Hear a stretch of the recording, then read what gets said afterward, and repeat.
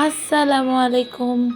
আজকে আমরা দেখাবো খুব সহজে ভিন্ন ভিন্ন স্বাদে কাঁঠালের বিচি দিয়ে মজাদার ভর্তা তৈরির রেসিপি। কাঁঠালের বিচির ভর্তা তৈরি করার জন্য এখানে আমরা কাঁঠালের বিচিগুলোকে ভালোভাবে পরিষ্কার করে নিয়েছি। এখন ধুয়ে আমরা এটিকে 2 কাপ পানির মধ্যে সিদ্ধ হওয়ার জন্য দিয়ে দিচ্ছি। এখন সিদ্ধ হয়ে গিয়েছে, আমরা এখন এগুলোকে একটু নেড়ে নিচ্ছি। এখন কাঁঠালের বিচিগুলোর পানি শুকিয়ে গিয়েছে। এখন আমি এগুলোকে খোসা ছাড়িয়ে নিব। আপনারা চাইলে খোসা নাও ছাড়িয়ে নিতে পারবেন। এখন এগুলোকে ঠান্ডা করে নিচ্ছি। ঠান্ডা করে আমরা খোসাটি ছাড়িয়ে নিয়েছি। এখন একটি প্যানে আমি 2 টেবিল চামচ সরিষার তেল নিয়ে নিয়েছি। এখন এগুলোকে গরম করে নিচ্ছি। এখন তেল গরম হয়ে গিয়েছে। এখন 10টি শুকনো মরিচ দিয়ে দিয়েছি। আপনারা চাইলে মরিচের পরিমাণটা বাড়িয়ে কমিয়ে নিতে পারবেন। এখন এগুলোকে ভেজে নিয়েছি, এগুলোকে এখন উঠিয়ে নিব। একই তেলে আমি কাঁঠালের বিচিগুলোকেও ভেজে নিচ্ছি। এখানে হাফ কাপ পেঁয়াজ কুচি এবং 2 টেবিল চামচ রসুন কুচি নিয়ে নিয়েছি, এখন দিয়ে দিচ্ছি। এখন ধনিয়া পাতা দিয়ে দিচ্ছি। এখন এগুলোকে ভেজে নিব। আমাদের দেওয়া ভিডিওগুলো ভালো লেগে থাকলে আমাদের ইউটিউব চ্যানেলটি সাবস্ক্রাইব করে দিবেন এবং ফেসবুক পেজটি ফলো করে দিবেন, সাথে লাইক, কমেন্ট এবং শেয়ারও করবেন। এখন এগুলো ভেজে নেওয়া হয়ে গিয়েছে। এখন এগুলোকে নামিয়ে নিব। এখন এখানে ভেজে রাখা শুকনো মরিচগুলোকে একটি পাত্রে নিয়ে নিয়েছি। আপনারা চাইলে পাটায়ও বেটে নিতে পারেন। এখানে আমরা 1 চামচ লবণ দিয়ে এখন মরিচগুলোকে ভেঙে নিচ্ছি। এখন মরিচগুলো গুঁড়ো করে নেওয়া হয়ে গিয়েছে। আমাদের ভেজে রাখা কাঁঠালের বিচি, রসুন কুচি, পেঁয়াজ কুচি এবং ধনিয়া পাতা এখন দিয়ে দিচ্ছি। এখন এগুলোকে বাটনায় ভর্তা করে নিচ্ছি। এখন এখানে এগুলো বেটে নেওয়া হয়ে গিয়েছে। আমরা এখন পরিমাণ মতো সরিষার তেল দিয়ে দিচ্ছি। এখন এগুলোকে মিক্স করে নিব।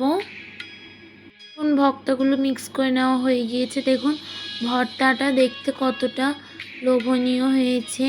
এখানে আমাদের কাঁঠালের বিচি দিয়ে একটি ভর্তা তৈরি হয়ে গিয়েছে। এখন আমরা অন্য আরেকটি ভর্তা তৈরি করে নিব। এখন আমি অন্য ভর্তাটি তৈরি করে দেখাবো। অন্য ভর্তাটি তৈরি করার জন্য এখানে কিছু কাঁঠালের বিচি নিয়ে নিয়েছি। এখন কাঁঠালের বিচির খোসাগুলো ছাড়িয়ে নিব। এখন এগুলোর খোসাগুলো ছাড়িয়ে নেওয়া হয়ে গিয়েছে। এখন কাঁঠালের বিচিগুলোকে ভিজিয়ে রেখে আমরা এই খোসাগুলো ছাড়িয়ে নিব। এখন কাঁঠালের বিচিগুলোর খোসা ছাড়িয়ে নিয়েছি।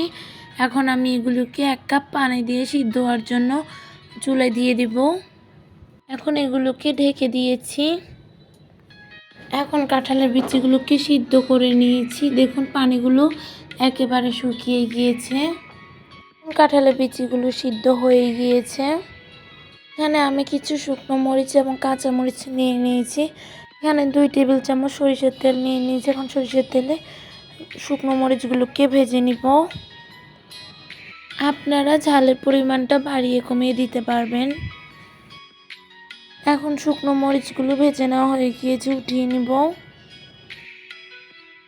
এখন ভর্তার সাথে দেওয়ার জন্য এখানে আমি কিছু চিংড়ি মাছ নিয়ে নিয়েছি। এখন চিংড়ি মাছগুলোতে আমি হাফ চামচ হলুদ এবং হাফ চামচ লবণ দিয়ে এখন আমি এগুলোকে ভালোভাবে মিক্স করে নিচ্ছি।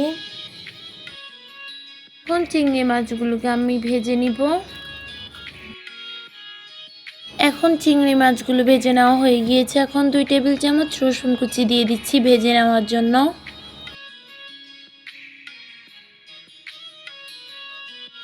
এখন কাঁচা মরিচ দিয়ে দিচ্ছি। হাফ কাপ পেঁয়াজ কুচি নিয়েছি, এখন দিয়ে দিচ্ছি। এখন একসঙ্গে সব কিছুকে ভালোভাবে ভেজে নিব। এখন এখানে এগুলোকে এক সাইড করে রেখে দিচ্ছি। এখন সিদ্ধ করে রাখা কাঁঠালের বিচিগুলো দিয়ে দিব। এখন কাঁঠালের বিচিগুলোকেও ভেজে নিব।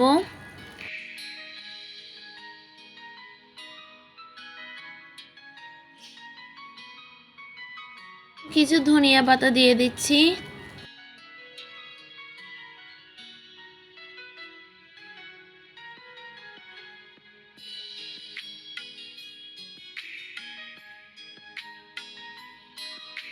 এখন সব কিছুকে আবারও একসঙ্গে ভালোভাবে ভর্তা করার জন্য ভেজে নিব। এখন এগুলো ভেজে নেওয়া হয়ে গিয়েছে। এখানে আমি একটি বাটনা নিয়েছি এই সব কিছুকে একসঙ্গে বেটে নেওয়ার জন্য। এখন বাটনার মধ্যে আমি সব কিছুকে একসঙ্গে দিয়ে দিচ্ছি। এখন এগুলোর ভর্তা তৈরি করে নিব। এখন কিছু শুকনো মরিচ দিয়ে দিয়েছি, 1 চামচ লবণ দিয়ে দিচ্ছি,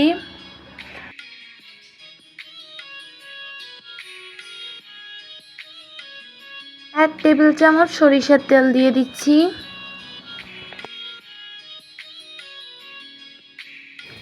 এখন চিংড়ি মাছ দিয়ে কাঁঠালের বিচির ভর্তা তৈরি হয়ে গিয়েছে। আমাদের আজকের ভিডিওটি এ পর্যন্তই।